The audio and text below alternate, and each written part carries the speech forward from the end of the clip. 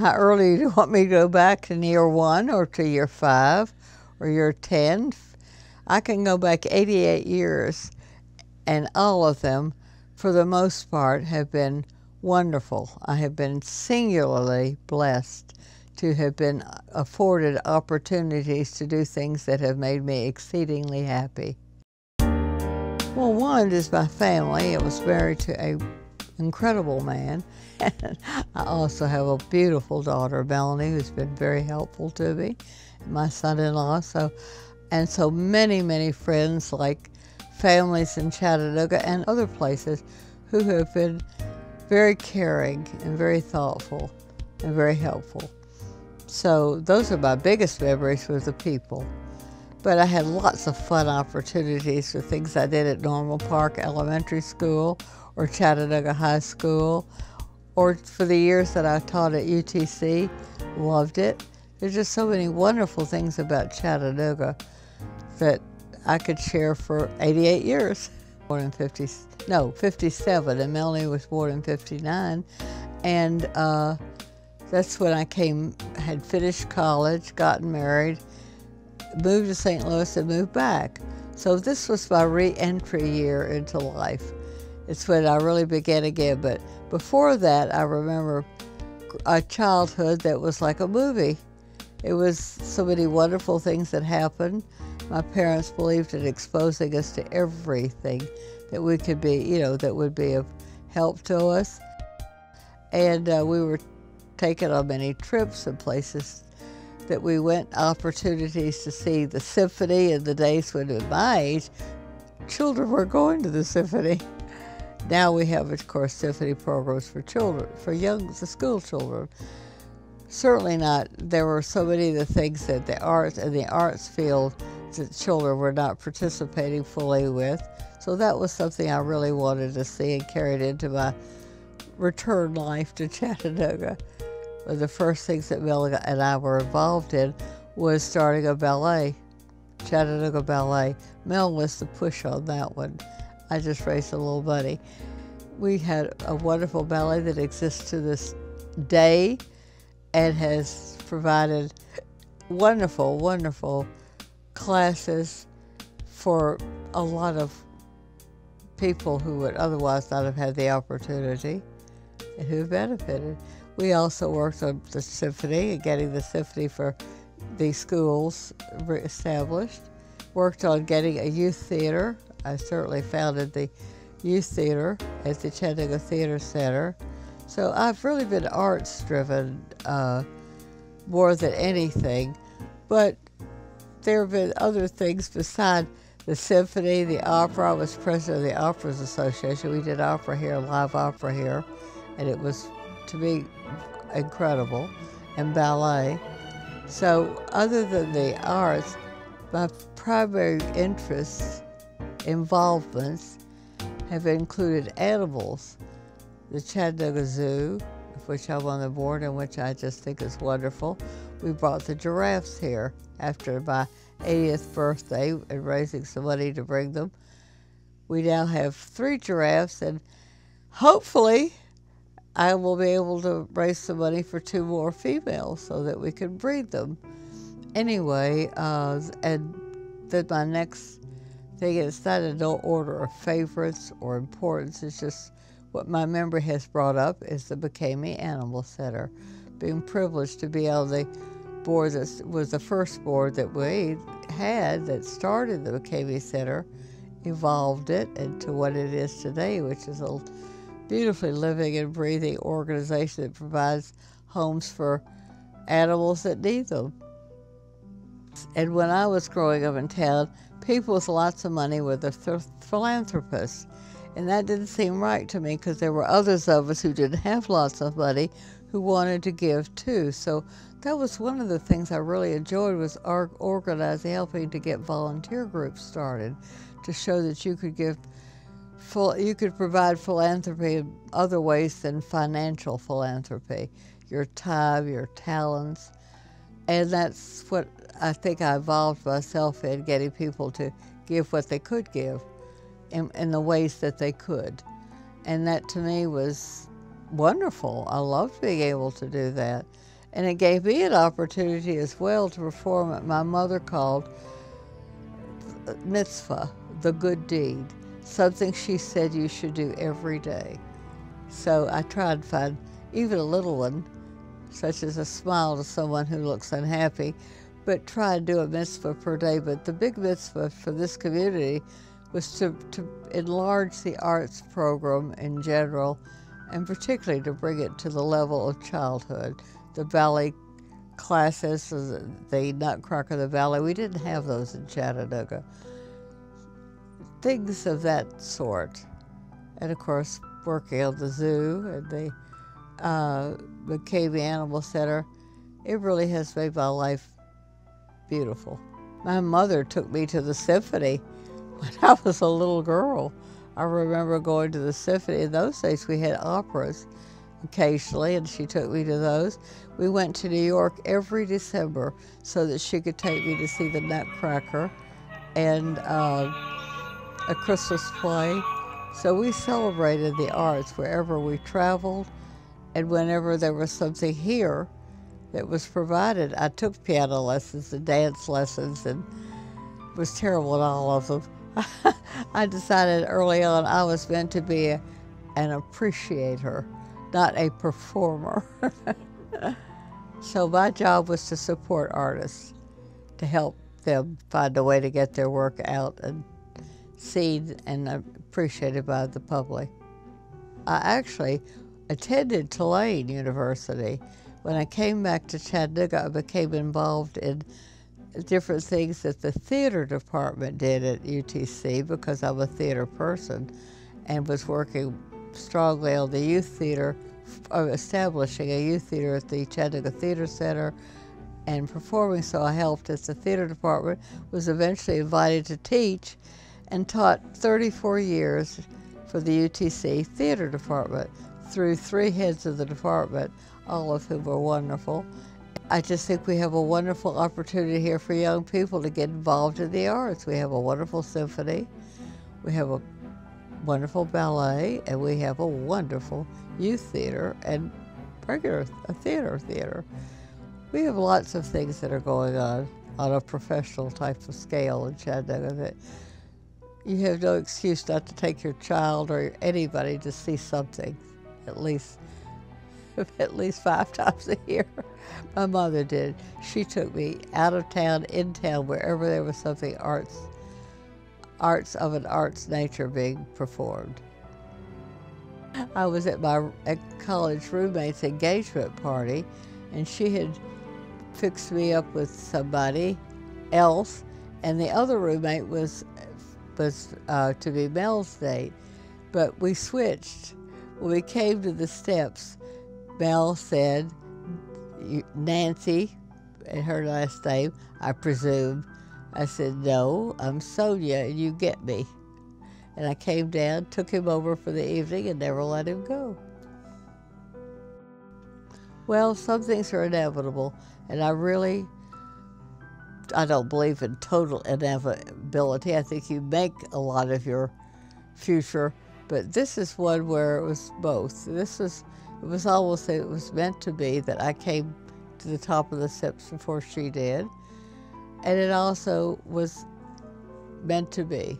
Mel and I had a wonderful relationship, give and take, in the right way.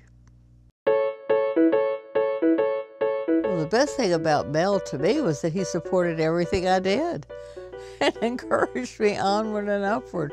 We had a wonderful relationship that interwove and worked.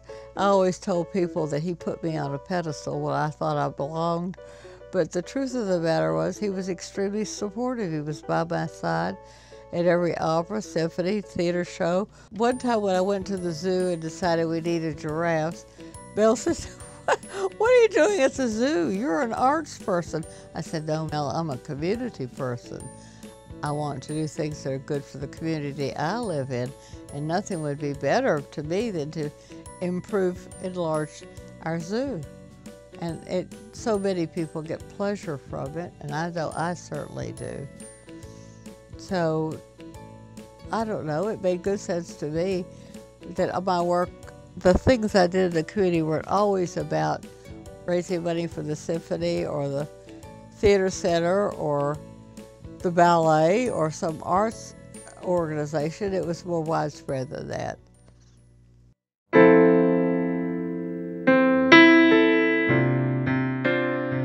Well, Melanie's wonderful. She's brilliant, talented, and right now she's been very helpful to me in this stage of my life. So, and the thing about Melanie is that she's always loved so many of the same things I did, the arts in particular. Melanie loved theater. She was in several plays at the theater center when she was young. It was really one of the impetuses for starting the youth theater. And I've always been able to share that love of the arts with her. She loves animals. We've always had lots and lots of dogs. Now I don't have one, but we did all our lives. So we've always shared a love for animals, for arts, for adventure, travel. So we have a lot of things to be connected by and with. I feel I have accomplished everything I set out to do and much more. I have been given the opportunities to be able to do many more things than I ever dreamed were possible as I was coming along the route of adulthood. I didn't dream that our zoo would be where it was. I may have hoped for it to be. As we went further along the route, I realized we didn't have the animal shelter that we needed here, and Mayor Ron Littlefield let me head up a committee to start the McCamey Animal Center. I mean, there are things that have happened in my life, opportunities that have come along or I've been given or created and been able to accomplish more than I had planned on, because these things didn't exist in those days. Yes, when I was a child, I just wanted to help people. And no, I have not done all I want to do. There's still, I think there's always the door that you haven't yet opened that you look forward to. And even at my age, or especially at my age, I look forward to opening another door. It doesn't have to be a big door. It could be a small door. Maybe it's helping somebody else get started with something, or to be able to present a speech somewhere, or just something relatively small. It doesn't have to be some grandiose organization or charity. It could be helping an individual somewhere do something. That's what it is, of opening one door after another to new adventures. And I have the giraffe sitting with me, because that's my next adventure, I hope, is I would like to see the zoo acquire 2 female giraffes. On my 80th birthday, we raised the money to acquire the 3 males, but can't breed without females, and I would love to see baby giraffes at our zoo. So that's the next door I would like to see open. But who knows? That's what life is, an adventure of discovery, and then as you grow older, rediscovery. Discovering the things you loved earlier, or maybe you're discovering them in a new way, seeing them in a new way. I think the most exciting thing to me, even as I've been more impaired, is the fact that I've been able to see, talk, and meet with so many people. I love that.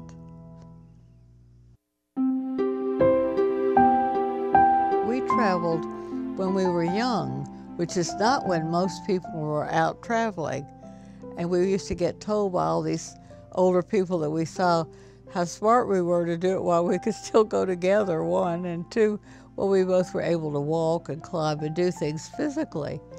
And so we did. So, of course, in our case, we're not inheritors of great wealth, so what we both earned from both jobs that we both had, careers, we used my money that I earned to travel everywhere and experience everything. And I didn't worry about tomorrow. I thought it would take care of itself.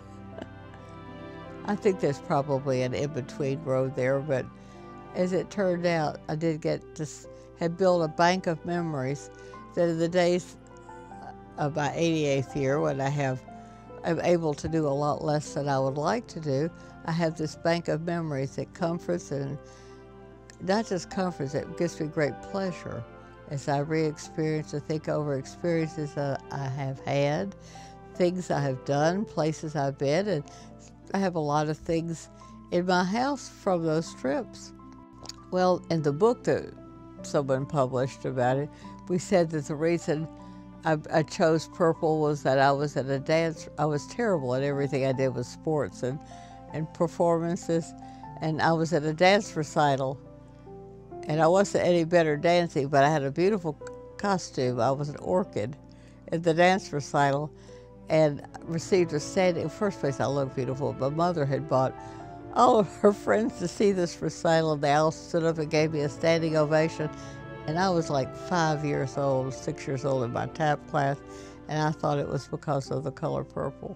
So purple became my good luck charm, my byword, and I've acquired it ever since then. But the real reason, I think, is I was born with a purple gene. I've loved purple since I can remember. It's been the only color that I've been attracted to all my life. As I told my mother when I was very young, if I could get a crayon book with only purple crayons in it, I would do it. But they didn't do that for me.